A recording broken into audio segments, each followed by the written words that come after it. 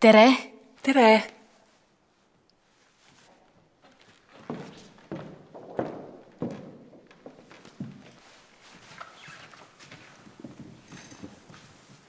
Mis mure sul on?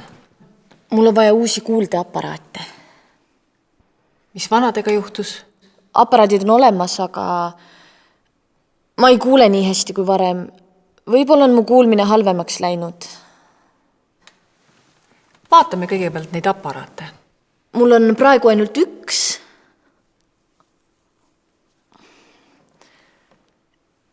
Teine on väga ebamugav. Sahiseb ja vilistab kogu aeg. Siis on vaja uued otsakud teha.